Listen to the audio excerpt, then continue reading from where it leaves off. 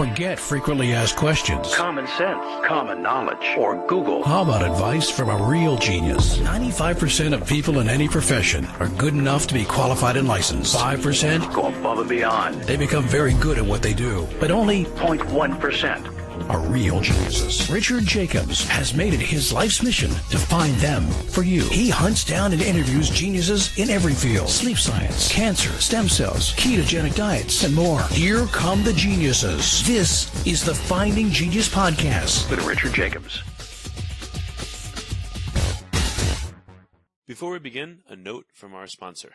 I'm Richard Jacobs, Executive Director of the nonprofit Finding Genius Foundation and host of the Finding Genius Podcast. In late 2016, I was rear-ended at 65 miles an hour by a truck on the highway, which sent me off-road into a ditch. The impact of the collision gave me a concussion and other injuries. At the hospital, a CT scan showed that I had thyroid nodules, which turned out to be cancer. It was then, when I had a biopsy of my neck, that I realized even if I was a millionaire, I wouldn't want a second or a third biopsy due to the pain and the invasiveness of it. And appointments at that time for thyroid experts were 3 to 6 months out. And I was worried about dying now, even if that was irrational. So because of this, I've decided to raise money to conduct a literature review on steroids, on the causes of anxiety and depression, a condition that affects well over 50 million people in the United States and hundreds of millions worldwide. Our goal is to create a codex, a guide that reveals all possible treatments for anxiety and depression for people that live with the condition, or for loved ones that have it, as my wife and my son do. To find out more about our fundraiser, visit findinggeniusfoundation.org and click on current initiatives. And now, to our guest. Hello, this is Richard Jacobs with the Finding Genius Podcast, now part of the Finding Genius Foundation. I have David Olson. He's an associate professor at University of California, Davis. We're going to talk about psychedelics without tripping, but still getting the beneficial effects of them. So, David, thanks for coming. Glad to be here. If you would tell me about your lab and your work and how you got to this point in your career. Sure. So I'm a chemical neuroscientist, and what that means is I use small molecules to understand how the nervous system works. And big focus for my lab has really been on the discovery of new medicines for treating a wide variety of brain disorders. In particular, brain disorders who has cortical atrophy at their roots. Cortical atrophy is essentially kind of the withering of the brain. If you think of a neuron in the cortex like a tree, the branches would be the dendrites and leaves would be the synapses. And in many, many brain disorders, the branches get pruned and the leaves fall off. This is true of neuropsychiatric diseases like depression, PTSD, and substance use disorder, but it's also true of neurodegenerative diseases like Alzheimer's disease. And so our group has really been focused on trying to find medicines that regrow these really critical neurons. And we call these small molecules psychoplastogens. Okay. What do these small molecules do? How do they affect people's brains? And what's the dynamic here?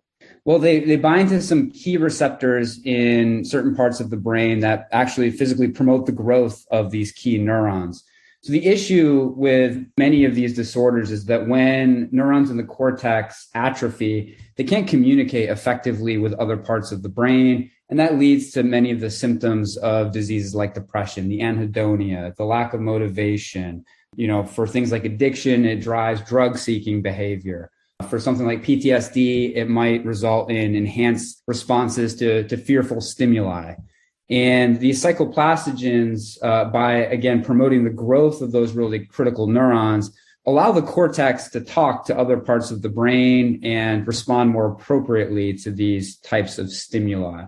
And they can produce really long-lasting therapeutic effects after a single administration, which I think is really exciting because it's really moving us one step closer towards actually finding cures for these illnesses rather than simply treating the disease symptoms. So were these found in psychedelic mushrooms, or where they found these compounds? There are a large number of psychoplastogens. Some are natural products like psilocybin, which is found in these psychedelic mushrooms or magic mushrooms. But there's also a whole bunch of psychoplastogens that were invented by man that are non-natural compounds that have some medicinal value. One that comes to mind would be this molecule ketamine. It's kind of psychedelic adjacent. It's not really a psychedelic, but it has a lot of similar properties, including some hallucinogenic and dissociative effects. But ketamine produces pretty profound effects on neuronal structure.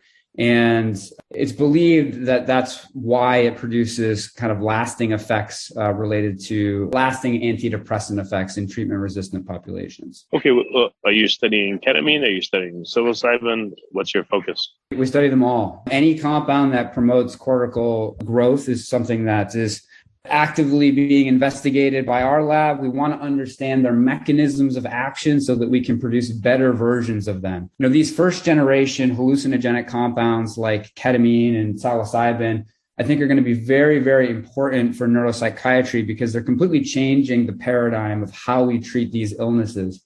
But they're imperfect drugs. They have some safety issues associated with them, but more importantly, I think they lack true scalability to really reach the broadest patient population, to reach a really, really large number of patients. And in order to achieve that goal, my lab is developing non-hallucinogenic psychoplastogens that potentially could be take-home therapeutics and as a result could be administered by a larger number of patients. Where do the psychoplastogens come from? Are they made by the body with precursors supplied by ketamine or psilocybin, or do these compounds actually contribute these psychoplastogens to the body? So the psychoplastogens that my lab focuses on, these are compounds that we synthesize in the lab. But there are natural psychoplastogens found in your body. They haven't been studied very well. It's kind of hard to measure their levels, and especially to do this in humans, it's incredibly challenging. But in terms of medicinal psychoplastogens, most of them are either synthesized in the lab or they're produced by natural sources such as plants and fungi. Well, the natural sources, are they the psilocybin considered to be a natural source, the mushrooms themselves? Or what are natural sources of this psychoplastogen? Yeah, I mean, magic mushrooms would be an example of a natural source of a psychoplastogen. There are other plants that have psychoplastogenic substances, like, for instance, ibogaine comes from a shrub found primarily in West Africa. Dimethyltryptamine is another psychoplastogen that is found in a plant in the Amazon. And so you can find psychoplastogens all over the place in the natural world, but medicine is really focused on taking those base structures and trying to optimize them for use in humans. So what were some of the negative effects you were talking about with ketamine, or the safety problems and psilocybin that you want to address by removing them? Yeah, so there are a number of safety issues depending on the specific drug. And so, I'll maybe give you a couple of examples. So molecules like ketamine and psilocybin, the hallucinogenic effects of those compounds are really issue with respect to their true scalability, because as psychedelic assisted psychotherapy stands now, you have to go into the doctor's office to prepare yourself for that session. Then you receive your dose of drug. And then depending on how long it sticks around in the body, you have to stay under the observation of a clinician. And then you have to come back for an integration session. And that can really drive up healthcare costs and just decrease the number of patients who could benefit from that type of treatment. So one possibility is just to simply remove the hallucinogenic aspects of those drugs, but retain the neuroplasticity promoting effects and this neuronal growth phenotype that we're going for. But there are other issues as well. Many psychedelics have some cardiotoxicity issues. They agonize things like 5-HT2B receptors, which can lead to cardiac valvulopathy. Some of them bind to hERG channels, which are ion channels in the heart that, if you inhibit them, can cause heart attacks. And a perfect example of that would be something like ibogaine. Ibogaine is a very interesting psychoactive molecule that has shown some promise through some open label clinical trials and anecdotal reports for treating substance use disorder. And there's some evidence that suggests that a single dose of ibogaine can keep heroin addicts drug-free for up to 6 months, which is an incredible amount of time after a single dose. But the issue with ibogaine, in addition to its hallucinogenic effects, has really been its ability to inhibit that ion channel in the heart, the hERG channel. And as a result, several people have actually died from taking ibogaine to try to treat their addictions. And so recently my lab reported on a new ibogaine-like compound that we call tabernanthalog or TBG. And TBG has been engineered to both lack the hallucinogenic effects that ibogaine has, but also lack the cardiotoxicity issues.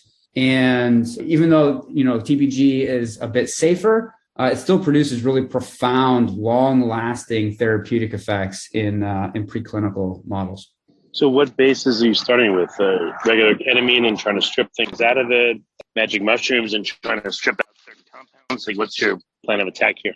So really the plan of attack is we take the structure of one of these, psychoplastogenic compounds, be it psilocybin, which is in magic mushrooms, be it LSD, be it dimethyltryptamine, be it ibogaine. And then we use chemistry to just physically tweak the structures just enough so that we can retain the beneficial properties, but remove the undesired effects. And so it really comes down to, a molecular manipulation of chemical structure. That is the way that we can engineer better medicines.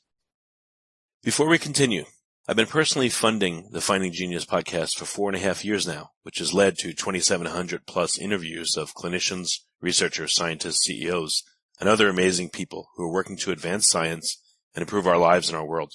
Even though this podcast gets 100,000 plus downloads a month, we need your help to reach hundreds of thousands more worldwide.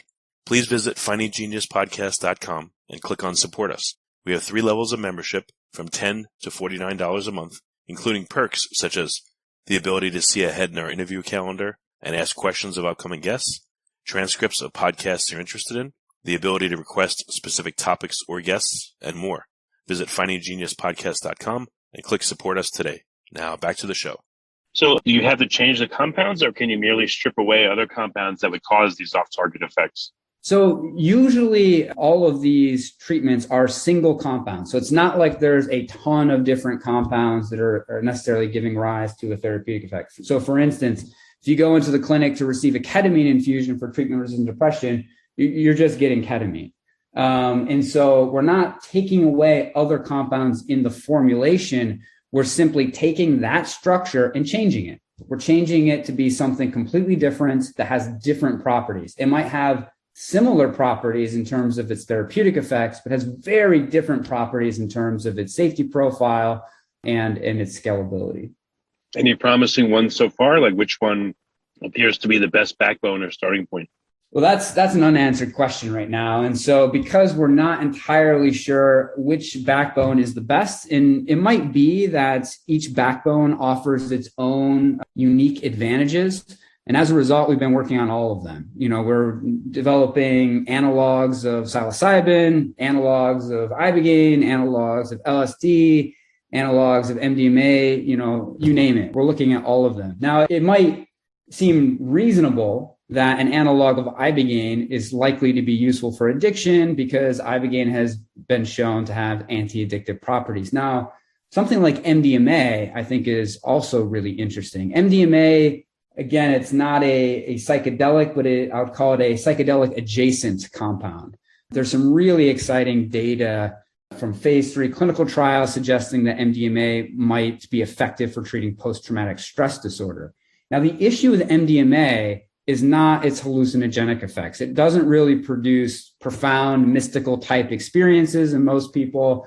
And the hallucinogenic effects that it does produce are really mild. They're like flashes of light in the periphery. The issue with MDMA is more its addictive liability. It produces some psychostimulant-like properties that are very similar to compounds like amphetamine and methamphetamine. And so that, I think, is really what limits the clinical use of MDMA. And so we've been working on an MDMA analog that has this anti-PTSD-like effect, but gets rid of the addiction liability. Well, mushrooms have, I would think, a whole bunch of compounds, not just psilocybin. What can we learn by studying those ancillary compounds that may be supportive of the effect or detrimental to it? Yeah, mushrooms do have a lot of compounds. Many of them are very similar in structure to psilocybin. It's largely believed that the therapeutic effects of magic mushrooms are coming from psilocybin. And we know this in part from, some clinical work. If you take purified psilocybin, that's what most of the clinical trials being done use, and we see therapeutic effects with just that single compound. But there are other natural mixtures that have really interesting effect that maybe don't come from a single compound. And the one that comes to mind is ayahuasca. Ayahuasca is this, herbal tea developed by, taking a couple of different plants found in the Amazon and boiling them in some water and extracting out all of the compounds in those plants preparations and then ingesting the tea. And one of the plants contains this compound dimethyltryptamine, and another plant contains a whole series of compounds known as hormala alkaloids. And it really does seem to be that it's this unique combination of the two types of molecules that give rise to really potentiated therapeutic effects. Whereas if you take the molecules on an individual basis, you get lower levels of efficacy. And it's this combination that seems to have some kind of synergistic effects. And that might be due to a variety of different reasons, but one is this idea of polypharmacology. The idea is pretty simple, is that, many brain disorders are incredibly complex. They involve different regions of the brain, they involve different receptors. And so instead of targeting one receptor, what if you targeted a whole bunch of receptors that might play a role in the disease process? And I think that's where these mixtures of compounds can potentially be very beneficial and might also allow us to tailor medicines to specific indications. If you like this podcast, please click the link in the description to subscribe and review us on iTunes. Could you, like ayahuasca's ketamine or psilocybin, could you add a little bit of ketamine, a little bit of psilocybin, a little bit of NDMA, make a poly pill that, again, doesn't have off-target effects, but has these beneficial reinforcing different compounds? There are definitely people that are investigating this. Yeah, taking, molecules like psilocybin and combining it with NDMA. Those two compounds, while they do have some root effects that are the same, this idea of promoting cortical plasticity, both molecules do that. They have their own unique polypharmacology. And so, by combining them in interesting ways, you might be able to find some interesting therapeutic mixtures.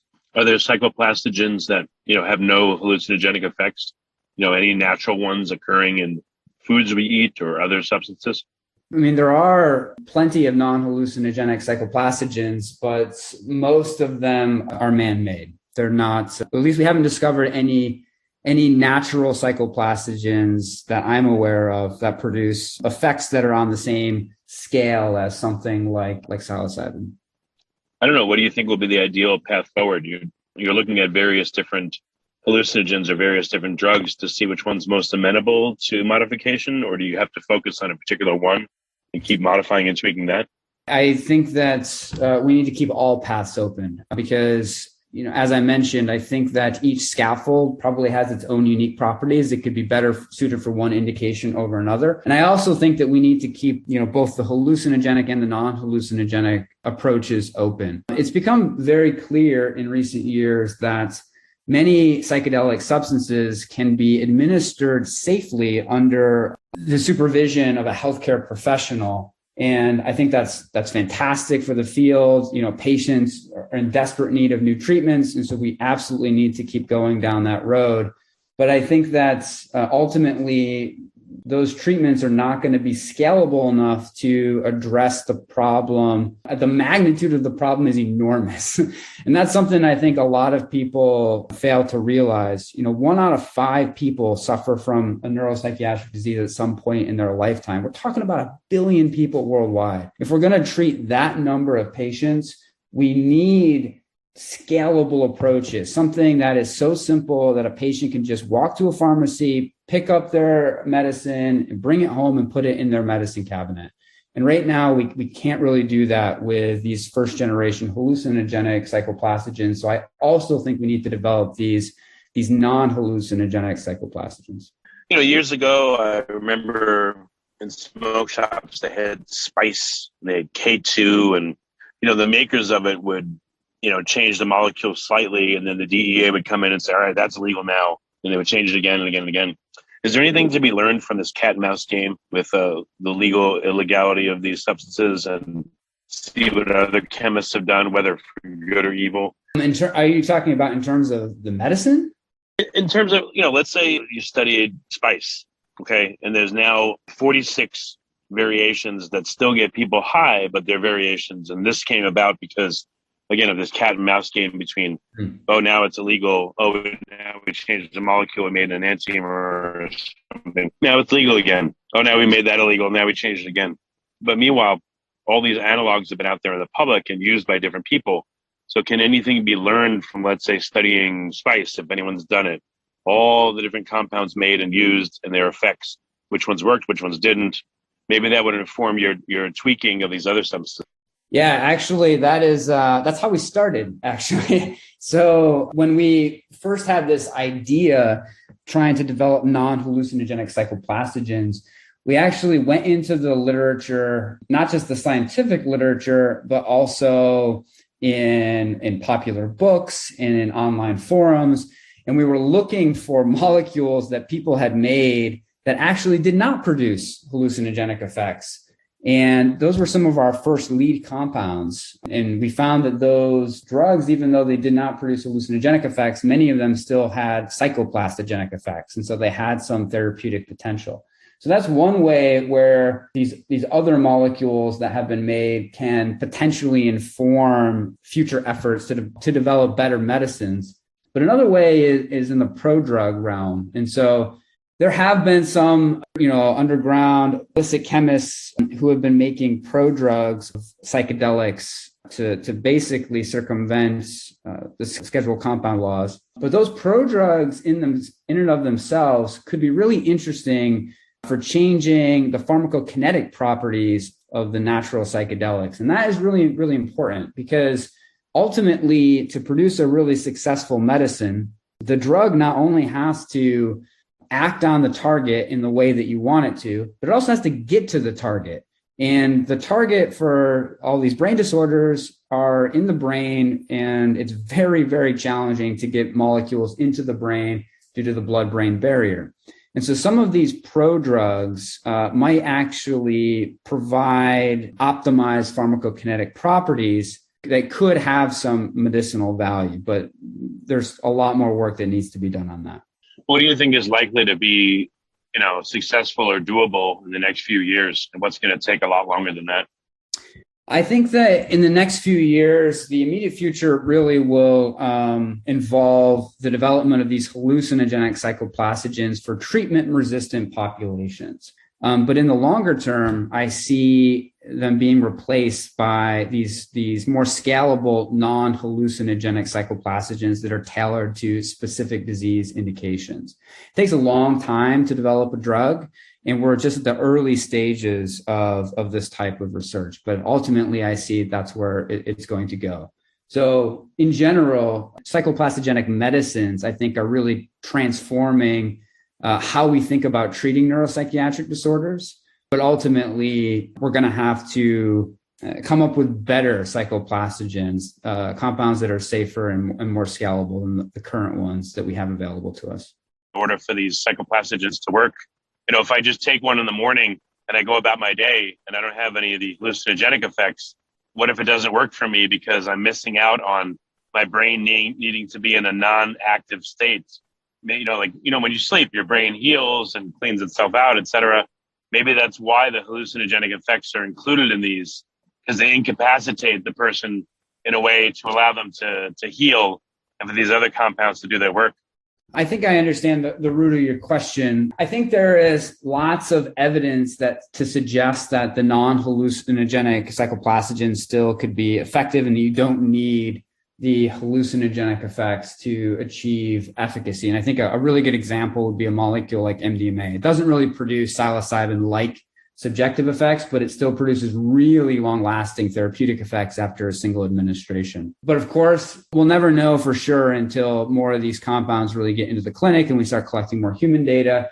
And it might be for a subset of the population, these hallucinogenic effects can be very therapeutic. Perhaps they are helping the patients gain insight into their disorder, or maybe they're facilitating a better connection with their therapist, or maybe they're just enhanced placebo effects. We really don't know. But that's why I do think it's important that we keep them on the table for some patients, because I think they absolutely could benefit a small subset of patients. I just think that the number of patients is going to be limited. And so if we really want to address the magnitude of the mental health crisis in this country, we really need to develop more scalable alternatives. Well, very good. What's the best place for people to find out more about your work? Sure. You can always check out our work on our lab's website, which is olsonlab.org. We post our latest papers there. You can also follow us on Twitter at DE Olson Lab. And then if you're interested in where these compounds are going in the clinic, I would point you towards Psychedelics Therapeutics. Psychedelics is a company that I co-founded to try to bring some of these non-hallucinogenic psychoplastogens to the clinic. All right, very good. Well, thank you for coming on the podcast. I appreciate it. Thank you. If you like this podcast, please click the link in the description to subscribe and review us on iTunes. You've been listening to the Finding Genius podcast with Richard Jacobs. If you like what you hear, be sure to review and subscribe to the Finding Genius podcast on iTunes or wherever you listen to podcasts. And want to be smarter than everybody else? Become a premium member at findinggeniuspodcast.com. This podcast is for information only. No advice of any kind is being given. Any action you take or don't take as a result of listening is your sole responsibility. Consult professionals when advice is needed.